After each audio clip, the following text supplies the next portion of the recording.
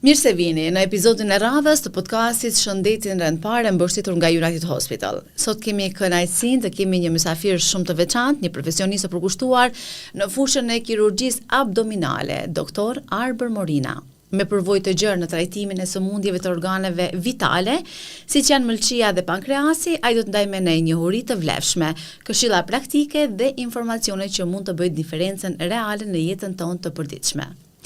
Doktor, mirë se erdhe në podcastin ton. Kënaqësia ime aty kem këtu në këtë bisedë që do ta zhvillojmë intensive, po besoj, por të gjithë ata që duan të informohen rreth sëmundjeve dhe problematikave që i kanë në abdomenin e tyre, dhe për këtë ju jeni ekskluzivisht i thirrur për këtë pjesë. Do të doja që të ndalemi tek gurët në ic edhe tek zverdhja, pra që të flasim pak për pasojat e tyre dhe për mënyrën e mjekimit.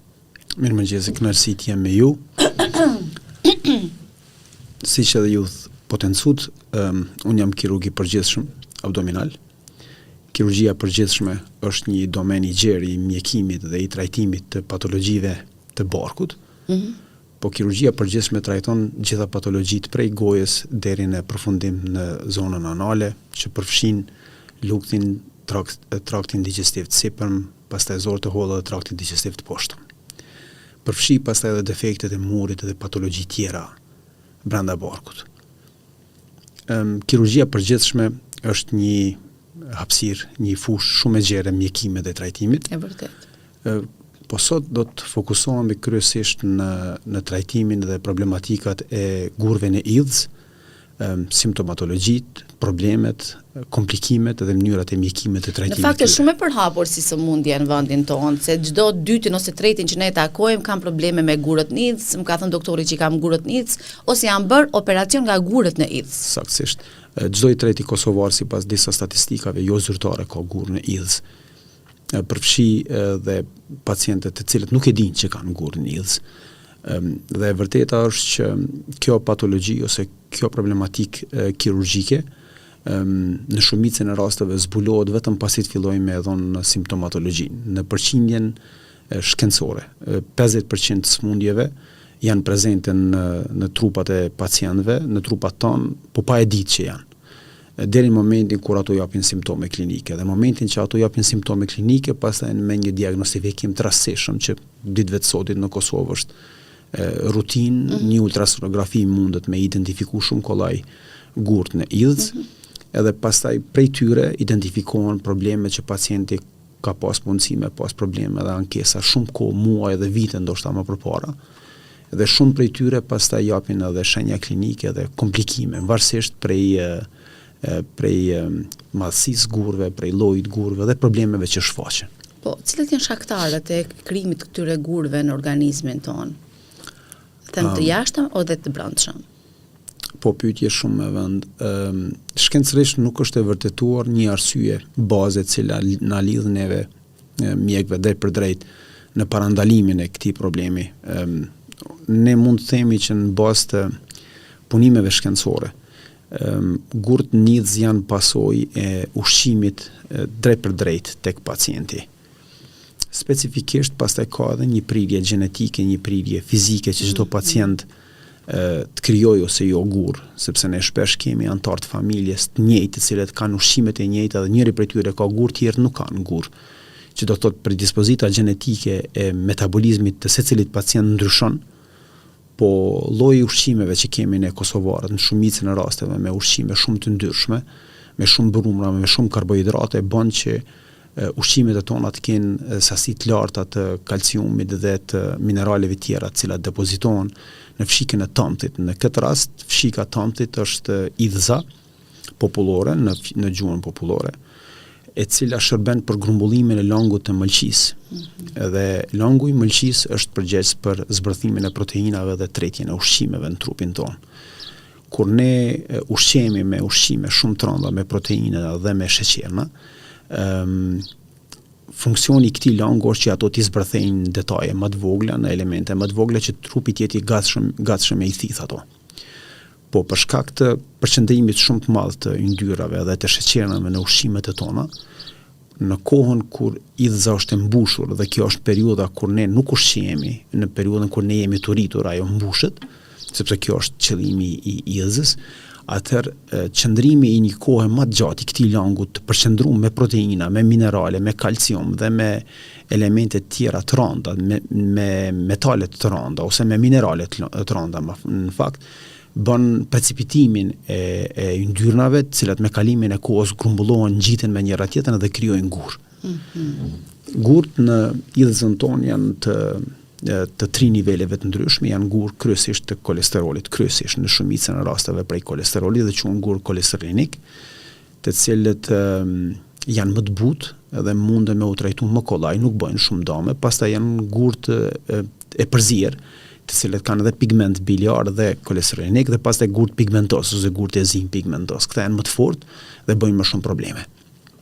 Idhza si organ, tani mund konsiderohet si organ, është një qeskë e cila lidhet drejt për drejt me rrugën kryesore të zbrazjes mëlçisë në zorën 12 gishtorë në duoden. Dhe kjo është në lumen më e vogël, po flas në gypin e derdhjes, është më e vogël në krahasim me idhzën, mirë po shpesh gurt e vegjël emigrojnë prej idhzës në kanalin kryesor dhe pastaj bllokojnë gypin kryesor, pak më vonë do dalë te kjo problematik. Gurt në idhzë nuk shkaktojnë probleme në qoftë është një i vetëm dhe qoftë është i madh, sepse hapësira manovruese lëvizje brenda idhzës është e madhe. Dhe derisa ka hapësirë lëvizje nuk ka probleme, por në momentin kur në idhë krijon shumë gur dhe ne kemi pa raste që kanë me qindra gur, atëherë ato fillojnë me zonë hapësirën e idhzës. Në momentin që hapësira e idhzës zihet prej gurve, idhza fillon me pas probleme me shtrydhjen. Në momentin që ne hajmë ushqime të yndyrshme, ushqime të yndyrshme me proteina, langu duhet me u shtrydh përmes dalë në zor dhe me shkri ato proteina. Në këtë moment kur idhza nuk ka mundësi shtrydhje më sepse gurt e pengojnë me u zbraz, atëherë fillojnë dhimbjet, fillon gryrja, fillon problemi, fillon infeksioni i mureve të idhës. Këto pastaj janë simptomat klinike që klinikisht shfaqen te pacientë me dhimbje, me vjellje, me rëndesë, sidomos pas ushqimit, sidomos pas ushqimeve me shumë yndyrë. Pacientat referojnë që masi kanë marrë ushqime me yndyrë të rënda, kanë ndjerë dhimbje, sidomos në zonën e ndërbrit e anës së djathtë të pjesa e mëlçisë, që është specifike.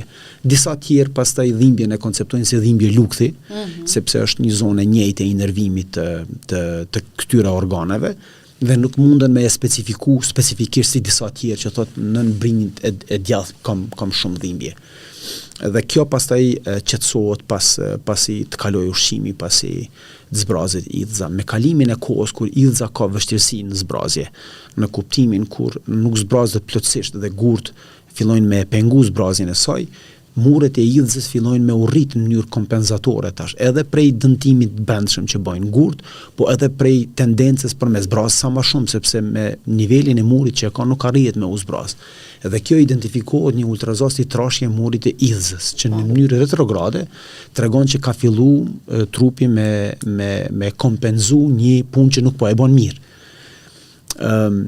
Kjo në qofse pacienti ka gurt vegjël, pastaj shoqërohet me një komplikacion tjetër që do të vazhdojmë pak më tej. Gurt në idhës nuk janë smundje, është patologji, është problem teknik, i cili pacientit i sjell vetëm të këqija. Në kuptimin e asaj që nëse gurët në idhës identifikohen, duhet që pjesa e popullit ton me u vetëdisu që duhet me u operu sepse ato nuk sjellin të mira. Po sot mënyrën e heqjes së këtyre gurëve bëhet pak më ndryshe se ç'bër më herët. Domethënë jo me prerje. Po. Si bëhet? Faktikisht ta kemi dhe për opinionin e gjerë. Në shtetin ton, kolecistektomia laparoskopike kupton heqjen e plotë të idhzës me gjithë gurë, e cila bëhet përmes një mënyre minimale invazive me 4 vrima të vogla. Po. Të ne bëhet pothuajse në çdo spital të Kosovës dhe ka mbi 15-20 vite që bëhet në Kosovë. Tash ne jemi me shumë eksperiencë në këtë lloj të ndërhyrjes kirurgjike dhe bëhet pa probleme. Jeton njeriu pa idhës? Patjetër. Këtë deshta me sqaru dhe pyetje shumë e mirë. Idhza është një qeskës e cila grumbullon langun për me tret proteinat që e shpjegova pak më herët. Po në rastin kur gurt janë prezent, idhza duhet me u hjek krejt, sepse problemet që ajo mundet me shkaktu janë shumë më të rrezikshme në krahasim me heqjen e plot saj. Tash me automatizëm vjen pyetja nëse hiqet çfarë probleme ka me pas. Gypi i cili del prej mëlçis deri në zorrën e holl është i mjaftueshëm që me grumbullu lang të mjaftueshëm që kur ne kemi nevojë pas ushqimeve të bollshme, ajo me u zbraz edhe me dhonë të njëjtin efekt që e ka dhonë pak më herët. Normalisht, asnjë organ në trupin tonë nuk është i tepërt dhe nuk ka me qenë e njëjtë. Pacientët që e hekin idhzën kanë me pas ushqime më të patretura, kanë me pas disa probleme me sistemin digestiv. Ushqimet nuk përpunohen mirë si duhet, munden me vrejt humbje të disa kilogramve, po me kalimin e kohës kjo kompenzohet. Po ushqimet kryesisht janë më të papërpunuara në krahasim me pacientët të cilët nuk kanë probleme me. Pra pacienti duhet ketë kujdes në konsumimin e ushqimeve dhe atë se çka i përçon organeve brenda organizmit të tij. Këto janë këshilla që ne i japim pacientëve pas ndërhyrjes kirurgjike. Po për sa i përket ndërhyrjes kirurgjike kisha dashur me u ndal dhe këtu është një ndërhyrje e cila tolerohet shumë mirë prej pacientëve. Pacienti duhet me qëndruar në spital vetëm 24 orë të para nëse gjithçka shkon në rregull. Dhe në shumicën e rasteve këshilla ime është që kur pacientët diagnostifikohen me gur në idhz, është mirë me u vedisu që idhza duhet me u hjek dhe është mirë me u hjek pa dhënë komplikacione dhe pa dhënë infeksione dhe pa dhënë probleme tjera. Si çdo patologji tjetër, kur kapet në fillim, mënyra e mjekimit është shumë më e mirë dhe më pak ka komplikime. Po nëse idhza fillon me u infektu, atëherë ajo infeksioni jep probleme edhe në organet rreth idhzës, duke përfshi lukthin, duke përfshi duodenin, duke përfshi zorët e holla, duke përfshi vetë mëlçin. Dhe infeksioni fillon me i kap dhe këto organe që në të ardhmen më vonë e pamundson heqjen me laparoskopi. Atëherë një prej komplikimeve të këtij problemi është edhe pas infeksionit të gjatë të idhzës, idhza mundet me shpërthy, me perforu, dhe gurt dhe përmbajtjet e saj me dalë mbark, e cila mundet me rreziku seriozisht jetën e njerit dhe organet e tjera gjithsesi. Po nëse idhza infektohet dhe pacienti duron shumë kriza dhe duron shumë dhimbje dhe e kalon disa herë me tendencën me e shty ndërhyrjen kirurgjike, atëherë ne kirurgët kemi shumë probleme në realizimin e laparoskopisë ose heqjes së idhzës me laparoskop, me këto 4 vrimat e vogla, atëherë duhemi me hap barkun dhe në mënyrë klasike me heq idhzën. Domethënë, pacient edhe pse kanë frikë prej operacionit, ja komplikojnë shumë vetes të ardhmen sepse ajo duhet hequr gjithsesi. Kështu që një prej këshillave të mia. Nuk ka ndonjë metodë se po të ndërpres. Nuk ka ndonjë metodë tjetër përpos ndërhyrjes kirurgjikale për largimin e këtyre gurve nga idhza. Jo, nuk ekziston asnjë metodë tjetër. Nuk ka asnjë formë tjetër. Gurët në idhzë ndryshojnë shumë prej gurëve në veshka dhe pacientë shpesh i ngatrojnë këto gjëra. Veshkat dhe idhza janë dy organe komplet të ndryshme. Nuk kanë lidhje me njëra tjetrën, ata janë mësuar me dëgju që gurët në veshka thehen, është diçka krejt tjetër, është krejt tjetër sistem dhe nuk funksionon në sistemin e gurëve në idhzë, është sistemi trec, nuk është sistemi urinar, ndryshojnë gjithçka edhe në trajtim edhe në fiziologji. Edhe nuk ka asnjë kuptim. Çfarë do t'ju këshillonit pacientëve që ja u lash në gjys sa i përket gurëve në idhzë dhe bindjes së tyre për ta kryer këtë intervenim? Intervenimet laparoskopike në kohë janë me beneficione të larta për pacientin dhe për të ardhmen e tyre. Pastaj ecuria, mbarvajtshmëria para, gjatë dhe pas operacionit është shumë e mirë për pacientin, spari, po pastaj edhe për kirurgun që e realizon ndërhyrjen kirurgjike, nëse ajo bëhet me kohë. Kështu që çdo pacient që identifikohet ose që diagnostifikohet me gur në idhzë është mirë me planifiku para se me pas një komplikim të paktën, para se me fillu përkeqësimi i funksionit të gurëve në idhzë.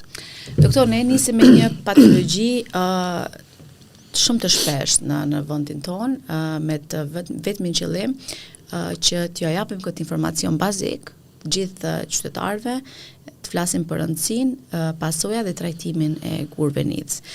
Mirë, po unë do doja që të ndalim pak tek ju tani, tek Arber Morina. Çfarë ju motivoi që të profilizoheni në kirurgjinë abdominale? Nga ju erdhi ky inspirim? Unë prej se mbaj mend në trurin tim si qendra më e lartë e vetdijes, unë kam dashur me u bë kirurg.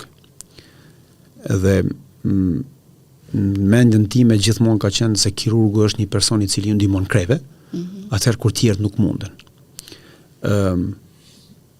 Nuk kam dashur me qenë mjek veç, specifikisht kam dashur me qenë kirurg, sepse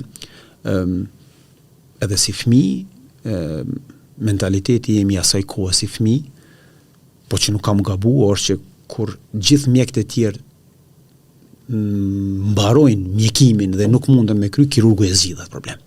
Dhe kjo në gjithë një më ka bo shumë përshtypje, edhe kjo ka qenë arsyeja pse unë pastaj e kam dashur shumë atë për kirurgjinë. Sot shumë specifika specialitete trajtojnë modalitete të ndryshme të smundjeve, po kirurgjia e zgjidh ato. Edhe unë jam prej personave, kjo është arsyeja që unë kam zgjedhë kirurgjinë e përgjithshme dhe jo kirurgji tjera. Kirurgjia e përgjithshme është një oqean i shërbimeve. Nuk është një kirurgji specifike me 1, 2 apo 3 lloje të operacioneve. Sepse ka shumë specialitete që kanë 2, 3, 4, 5 lloje të operacioneve. Në kirurgji 1+1 a bëjnë 2? Kur asnjëherë 1+1 nuk bëjnë 2, mas paku 1+1 bëjnë 2. Dhe këtu pastaj është bukuria e kësaj, sepse asnjë operacion nuk është i njëjtë me tjetrin, asnjë pacient nuk është i njëjtë me tjetrin. Anatomia e njeriut është përgjithsisht e ngjashme, po asnjë operacion nuk është i njëjtë me tjetrin dhe për këtë arsye kirurgjia kur nuk është monotone. Çdo operacion kirurgjik është art në veti. Pastaj varet prej kirurgut se si manovron me atë art, se si i vendos ngjyrat, se si punon me ambientin që e gjen, se si gjenden situata të ndryshme, si e zgjidh ato situata. Kjo është e mahnitshme. Në rrugtimin tuaj profesional, sigurisht që keni pasur dhe sfida. A mund na tregosh një nga rastet që keni pas pak më sfiduese që keni trajtuar deri më sot? Kirurgët e përgjithshëm janë njëkohësisht dhe kirurgët e urgjencës. Në kirurgjinë e urgjencës, operacionet janë të paparashikueshme.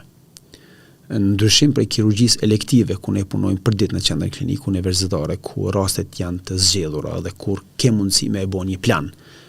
Në qoftë se është një tumor në pyetje, bën një plan se si duhet me e bë operacionin, se si duhet me e zgjidh, çfarë komplikacione munden me pas, ke analizat pacientit, mundesh me marr historinë e pacientit, mundesh me e ke mundësinë me përcjell çka ka pas pacienti më përpara dhe merr komplet informacionin me pacientin dhe befasit janë të vogla.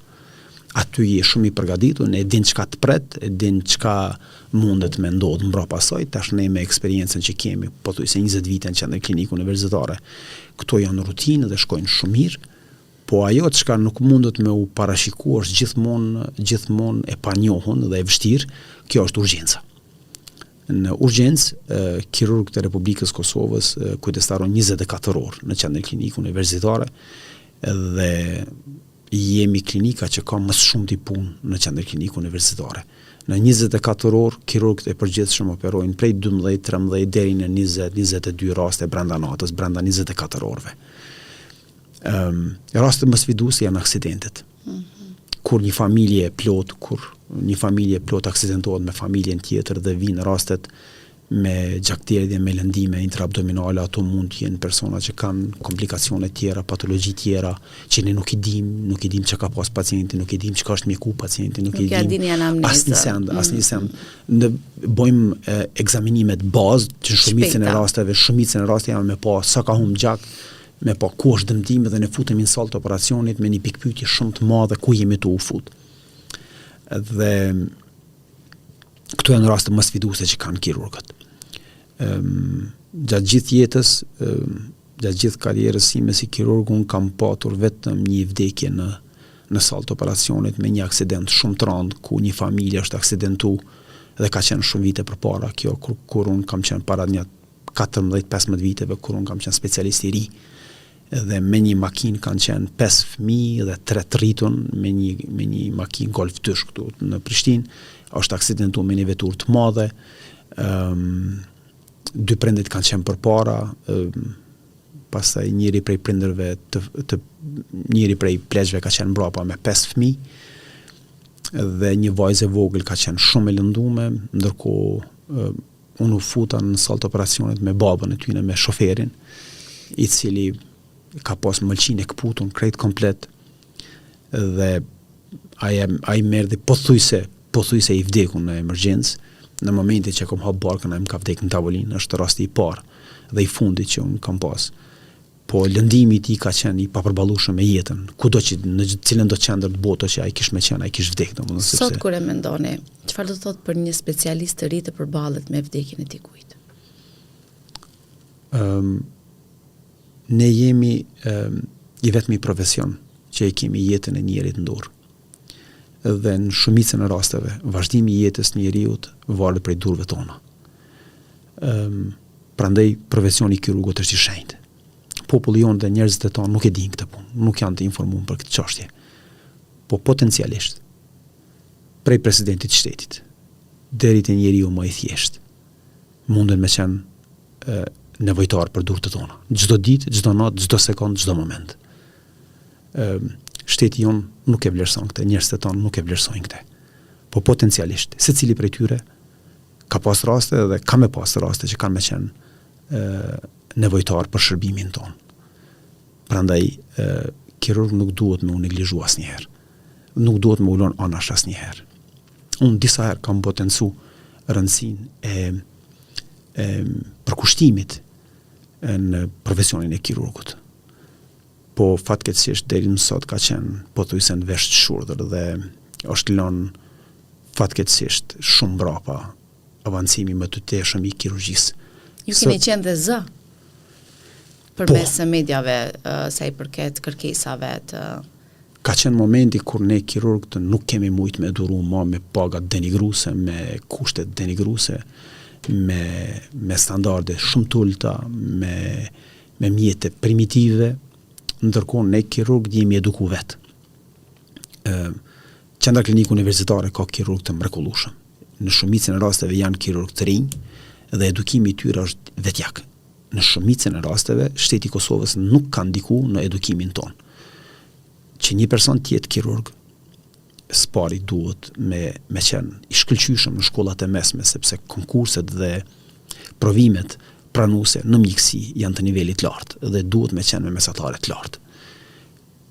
Për me konkuru në fakultet mjekësisë, duhet që 4 vitet e shkollës mesme me pas 5 absolute. Dhe ata që konkurojnë më të mirë të Kosovës për 100 vende. Për këtyre 100 vendeve, pranohen 100 student, konkurojnë me mira dhe pranohen 100 student në fakultetin e mjekësisë, që do të thotë pranohen elita më të mirë. Fakulteti i mjekësisë zgjat 6 vite. Pas 6 viteve, fakulteti i mjekësisë ka mesatarisht, varësisht prej universiteteve, prej 75 deri në 78, prej 70 deri 78 provime, dhe shumica provimeve, vetëm një prej provimeve ka volum sa gjysma e disa fakulteteve tjera. Këto provime janë shumë të rënda dhe do një përkushtim të jashtëzakonshëm. Dhe nëse një student është shumë i përgatitur dhe punëtor shumë i madh, në kushtet më të mira përfundon për 6 vjet fakultetin e mjekësisë dhe duhet me i dhënë 78 provime brenda 6 viteve. Dhe nëse brenda kësaj periudhe kohore është shumë punëtor i madh, duhet me marrë një mesatare mbi 8.59 që me u pranu në kirurgji. Në kirurgji nuk munden me u pranu mjekët që kanë mesatare më dobët se 8.59, që do të thotë për me qenë kirurg, duhesh me qenë student elitar dhe duhesh me qenë i jashtëzakonshëm për sa i përket periudhës që mbaron 6 vite studimi.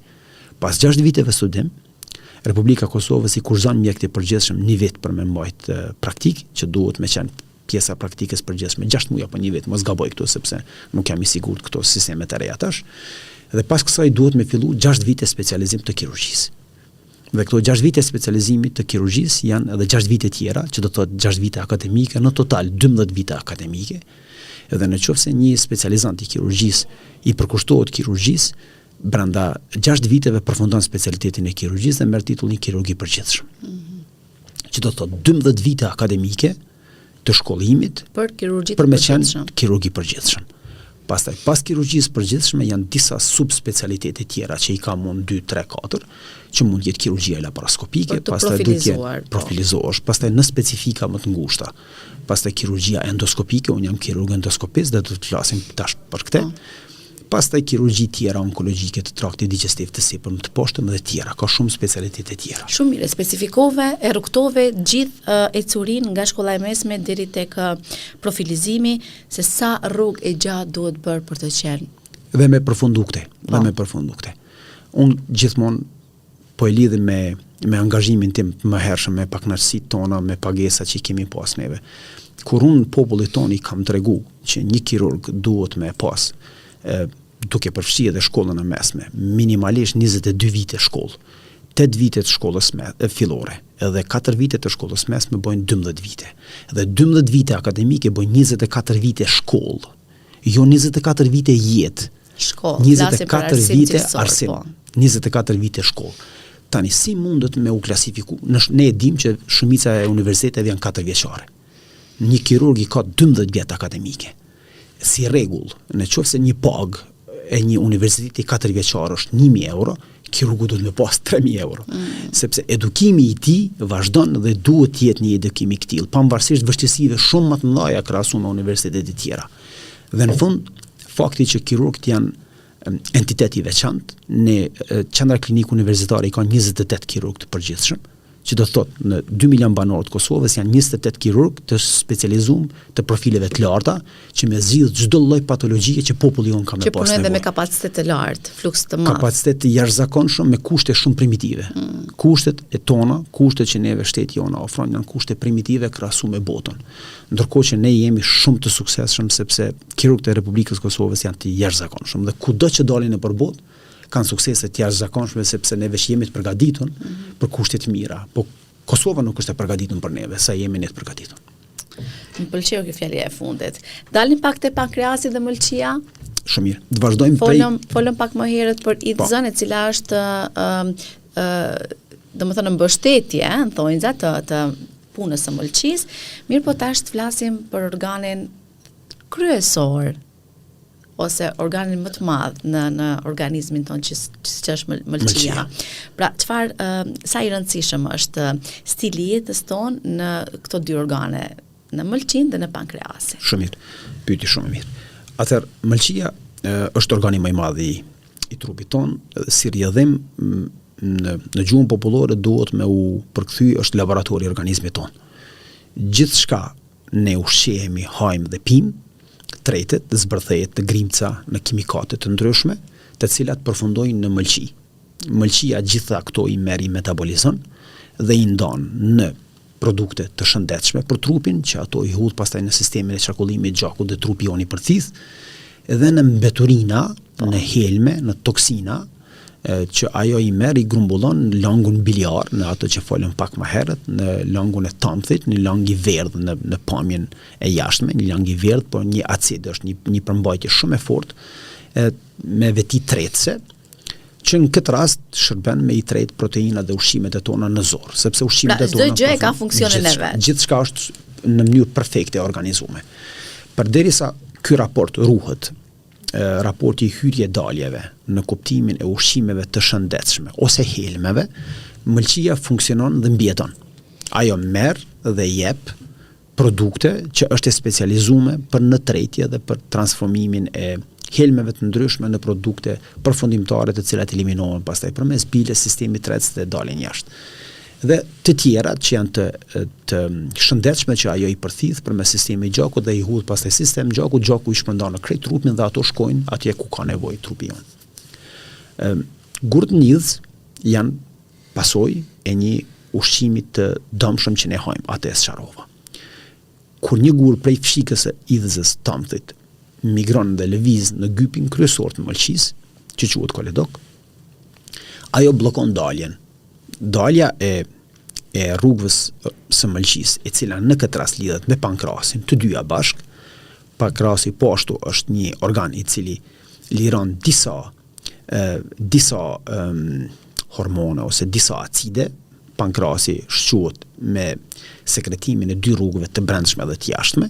Në këtë rast po flasim për të jashtmet. Ky gur I vogël që emigron në gypin kryesor, në koledok, blokon edhe zbrazjen e pankrasit dhe zbrazjen e mëlçisë. Praktikisht I bën dy dëme shumë të mëdha të dy organeve jetike. Në momentin që ky gur bllokohet në pjesën e daljes, papilla vateri është vendi ku bllokohet guri, ku duhet me dalë në zonën 12 gishtore në duoden, atëherë langu fillon edhe grumbullohet mbi këtë gur. Dhe kur fillon grumbullohet mbi këtë gur, atëherë fillon rritet presioni mbrapa deri në mëlçi dhe në pankreas. Dhe shenjat klinike të pacientit fillimisht kur ajo nuk dihet pa pas dhimbje, sepse fillimisht nuk jep dhimbje, fillimisht pacienti kur mëlçia fillon me vujt dhe nuk zbrazet, dot langu i verdh, i cili është dashur me u zbraz në zonën 12 gishtore dhe me i tret ushqimet nuk zbrazet më. Përpasoj mëlçia fillon me vujt në nxjerrjen e këtij langu dhe fillon mëlçia me u mbush me lang të verdh dhe njerëzit fillojnë me u zverdh. Shenja e parë që njerëzit e vrejnë në pasqyre është zverdhja e sklerave apo pjesës bardhë të syrit. Në moment, kjo është një prej shenjave të hershme nëse pacienti nuk ka dhimbje paraprake prej gurve nidhës. Kjo është një prej shenjave kur fillon me u zverdh dhe lëkura, apo e para zverdhën syt në mëngjes kur e vrejnë njerëzit, pastaj fillon më vonë zverdhën lëkura, pastaj fillojnë krurjet e ndryshme trupit, po pacienti detyrohet me kërku ndihmë në momentin që fillon me vrejtë se ka zverdhje. Pacienti mund të ketë shenja edhe të pankreatitit akut në këtë rast, që është inflamacioni i pankreasit për pasojë të bllokimit të zbrazjes saj, mund edhe mos të ketë probleme me pankreasin, varësisht prej pacientit. Po mundësia për me ndodhë kjo është shumë e madhe. Në këtë rast, shteti jon, Kosova, ka qenë shumë më e avancume në këtë lloj të ndërhyrjes për cilën do të flas dhe për cilën unë jam i specializuar, që i takon kirurgjisë endoskopike, dhe kjo do të thotë që kjo patologji duhet të ne në Kosovë vitet e fundit mjekohet me një sukses të jashtëzakonshëm, duke u falendëru kirurgëve, neve kirurgëve që kemi mbaruar këtë lloj specialitetit jashtë shtetit. Jemi më të avancuar në rajon, po flas, në Serbinë, në Maqedoni, në Shqipëri dhe në Malzi. Kosova është më e mira për sa i përket kirurgjisë endoskopike. Doktor, të ndalemi pak tek ERCP-ja. Çka është dhe si bëhet? Saktësisht ndërhyrja kirurgjike e cila e përmirëson dhe e shëron, e mjekon këtë problematikë të bllokimit të gurit quhet ERCP. Është një nomenklaturë, një emër i gjatë latin që nuk ka rëndësi për popullin, po ERCP-ja është një ndërhyrje kirurgjike e cila e takon kirurgjisë minimale, invazive, në këtë rast kirurgjisë të brendshme, prandaj quhet endoskopike, dhe bëhet përmes gojës. Ne me një aparat futemi përmes gojës, e kalojmë ezofagun, edhe kalojmë në lukth, e kalojmë lukthin në zonën 12 gishtore dhe pozicionohemi te vendi, te papilla vateri, te vendi ku është i bllokuar guri. Me teknologjinë më të re, me teknologjinë e fundit, ne arrim që përmes një teli, përmes një aparature shumë moderne, me hap vendin ku është bllokuar guri, me nxjerr gurin jashtë. Po aty mund të ketë disa gurë të tjerë, nuk është qëllimi vetëm te një gur, atëherë ne mund të nxjerrim shumë gurë të tjerë prej problemit në fjalë, dhe pacienti këtë lloj të operacionit e kalon sikur me bë një gastroskopi, sepse ajo është në gjumë, por nuk është anestezion i thellë. Dhe si princip operacioni mund të zgjasë prej 15-20 minutave, ndoshta ndonjëherë shumë rrallë më tepër. Po në shumicën e rasteve ne jemi shumë bashkohor edhe shumë eksperiencë në këtë fushë. Unë jam njëri prej tyre që e bëj këtë lloj të operacionit. Jemi vetëm 2 kirurg në spitalet shtetërore të Republikës Kosovës. Unë jam më i vjetri dhe këtë lloj të operacionit e bëjmë me shumë sukses, me shumë pak komplikacione, kemi një eksperiencë shumë të mirë dhe pacientët kalojnë shumë mirë. Pacientët i nënshtrohen analizave laboratorike, ekzaminimeve paraprake prej kardiologu dhe specialistit të mushkrive, shtrohet në spitalin ton dhe qëndrimi duhet të jetë maksimalisht 24 orë vetëm për përcjellje. Ndërkohë pacienti zgjohet pas gjumit brenda 25 minutave, nuk përjeton asnjë lloj dhimbje dhe ecuria dhe suksesi është në shumicën e rasteve 98%. Doktor, më duhet t'ju ndërprej sepse ne në pjesën e dytë të podcastit do ta zhvillojmë ndërkohë me shumë pyetje të rëndësishme, me informacione të bollshme sa i përket kirurgjisë abdominale. Shikues të nderuar, do të takohemi sërish në podcastin e radhës në pjesën e dytë të Shëndetin rreth parë. Mirëmbëngjes.